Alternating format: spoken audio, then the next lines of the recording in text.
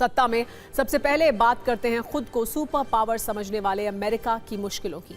Iran पर बम बरसाने वाला अमेरिका पिछले कुछ घंटों से बहुत परेशान है, बेचैन है। ईरान की मिसाइल और ड्रोन शक्ति ने ट्रंप के सारे सपनों को जलाकर राख कर दिया है। ऐसा अमेरिका के बयानों से लग रहा है, ऐसा वॉर जोन से आ रही खबरों से लग रहा है। ईरान अमेरिका तक तो प्रहार नहीं कर पा रहा है, लेकिन पश्चिम एशिया में ईरान ने अमेरिका और इजराइल को भारी नुकसान पहुंचाया है। आज ईरान की इस सीक्रेट पावर को कुछ नई जानकारियों के साथ डिकोड हम करने वाले हैं। पहले ये जान लीजिए कि आज की तारीख में पश्चिम एशिया में अमेरिका की स्थिति क्या हो चुकी है। 5th जनरेशन फाइटर जेट, लंबी दूरी की missile power, bunker buster bomb होने के बावजूद अमेरिका के सैनिक ईरानी मिसाइल से पैनिक में हैं। ये ट्रंप के लिए सदमे की तरह है।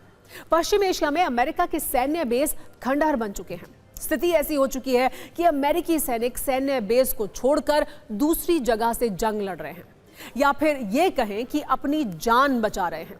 ये पैनिक बटन ईरान ने दबाया है। ईरान लगातार मिसाइलों से अमेरिकी सैन्य बेस को हिट कर रहा है, भारी नुकसान पहुंचा रहा है। अमेरिका का एयर डिफेंस, अमेरिका के सैनिक, अमेरिका का पूरा सुरक्षा कवच ईरानी मिसाइलों के सामने फेल नजर आ रहा है। ये ईरानी हमले के नए वीडियो हैं जो ये बता रहे हैं कि ईरान झुकने वाला नहीं है। ईरान अमेरिका सभी शर्तों को आंख मूंद कर मानने वाला नहीं है। ट्रंप के आगे ईरान सरेंडर करने वाला नहीं है। सिर्फ इजराइल ही नहीं बल्कि पश्चिम एशिया के कई देशों में ईरान कुछ इसी तरह तबाही ला रहा है। इसका बहुत बड़ा असर हुआ है। इसे सिर्फ 40 सेकंड में आप समझिए कैसे ट्रंप आर्मी में पैनिक है। पश्चिम एशिया में ईरान ने मिसाइल प्रहार से अमेरिका को भारी नुकसान पहुंचाया है। एक रिपोर्ट में दावा किया गया है कि अमेरिका के 13 सैन्य अड्डे खंडहर बन चुके हैं। सोचिए, ट्रंप तेहरान को खंडहर बनाने का सपना देख रहे हैं। ईरान भी उसी तरह जवाब दे रहा है। पश्चिम एशिया में अमेरिका के 13 सैन्य बेस रहने लायक नहीं बचे हैं। दावा तो यह भी है कि अमेरिका के हजारों सैनिकों को होटल में शिफ्ट किया गया है। इसका प्रभाव यह हुआ है कि अमेरिकी सैनिक सैन्य बेस से दूर जाकर प्लानिंग करने को मजबूर हैं। सैन्य बेस से दूर जाकर लड़ाई की प्लानिंग की जा रही है। अमेरिकी सैनिकों के लिए युद्ध का मैदान कई टुकड़ों में बंट गया है।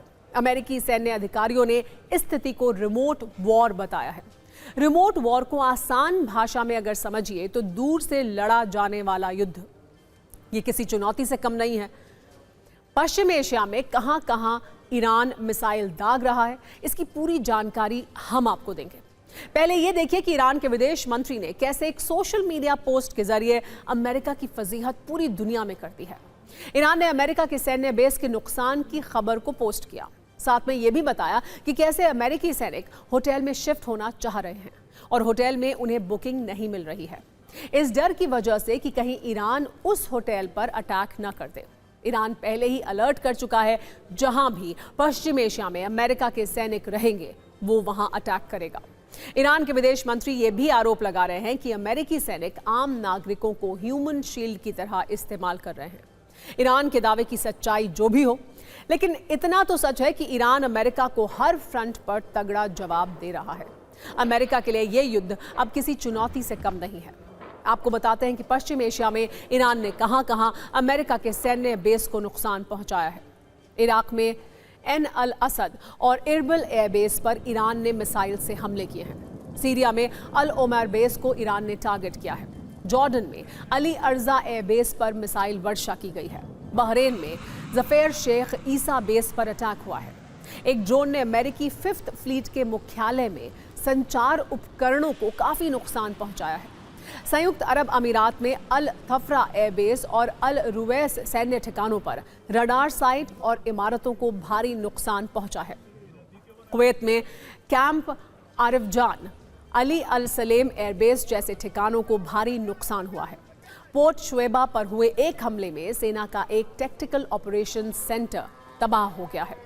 सऊदी अरब के प्रिंस सुल्तान एयरबेस पर हुए हमलों से ईंधन भरने वाले टैंकरों और संचार प्रणालियों को नुकसान पहुंचा है, जिससे वहां का कामकाज और भी बाधित हो गया है। इन हमलों और कहानियों के बीच ईरान ने अमेरिका से बातचीत से इनकार कर दिया है। कहा है कि अमेरिका से बातचीत की पेशकश हार मानने के समान है। वहीं जंग के बीच ईरान ने एक और मिसाइल बंकर दिखाया है। ईरान ने चौथा अंडरग्राउंड मिसाइल बेस दिखाया। अंडरग्राउंड बेस में सैकड़ों बैलिस्टिक मिसाइलें हैं। आपको ये भी बता दें कि अब तक इस युद्ध में अमेरिका को कितना नुकसान हुआ है। 13 से 15 अमेरिकी सैनिक मारे जा चुके हैं, 200 से ज्यादा सैनिक घायल हैं। यूएसएस फोर्ड को हमले में भारी नुकसान हुआ है। 16 से ज्यादा विमान और ड्रोन नष्ट या क्षतिग्रस्त हो चुके हैं। 10 से 12 MQ-9 रिपर ड्रोन गिराए गए हैं। नुकसान में 3 F-15 जेट भी शामिल हैं। $800 मिलियन का नुकसान हो चुका है। अमेरिका के नुकसान की कहानी ईरानी हमलों के वीडियो में भी दिख रही है।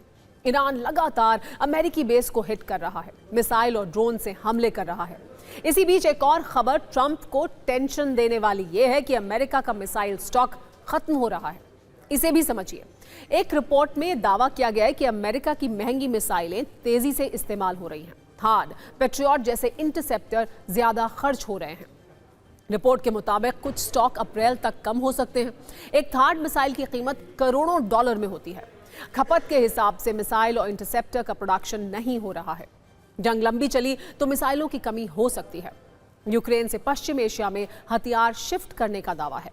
एयर डिफेंस मिसाइल शिफ्ट करने पर भी विचार हो रहा है। इसमें नेटो के जरिए खरीदे गए हथियार भी शामिल होंगे। सवाल यही है कि ईरान की टॉप लीडरशिप खत्म हो चुकी है। बड़े नेता, बड़े कमांडर मारे जा चुके हैं। तो ईरान जवाब कैसे दे रहा है? कौन सा तंत्र काम कर रहा है? इसे भी जानना बहुत जरूरी है। टॉप लीडरशिप पर हमलों के बावजूद व्यवस्था के खत्म न होने की वजह इसकी मूलभूत संरचना है। ईरान का सिस्टम किसी एक व्यक्ति पर आधारित नहीं है, बल्कि धार्मिक, सैन्य, राजनीतिक और आर्थिक संस्थाओं के नेटवर्क पर टिका हुआ है। सत्ता कई संस्थाओं में बटी हुई है। उदाहरण के लिए सेना, धार्मिक नेतृत्व और सुरक्षा एजेंसियां, जिससे किसी शीर्ष नेता के हटने पर भी सिस्टम चलता रहता है। इसके अलावा उत्तराधिकार की औपचारिक और अनौपचारिक व्यवस्थाएं भी निरंतरता बनाए रखने में मदद करती हैं। इस मजबूती के केंद्र में IRGC यानी इस्लामिक रेवोल्यूशनरी गार्ड कोर है। यह सिर्फ सेना नहीं, बल्कि राजनीतिक, आर्थिक और सुरक्षा ताकत भी है, जिसकी देश भर में गहरी पकड़ है। वरिष्ठ कमांडरों के मारे जाने के बावजूद ये संगठन काम करता रहा है और अंदर बाहर दोनों मोर्चों पर इसका नियंत्रण रहा है। सबसे अहम बात, अब तक सेना या सुरक्षा तंत्र में किसी बड़े पैमाने पर टूट या बगावत के संकेत नहीं मिले हैं, जो आमतौर पर किसी शासन के गिरने का एक बड़ा संकेत होता है।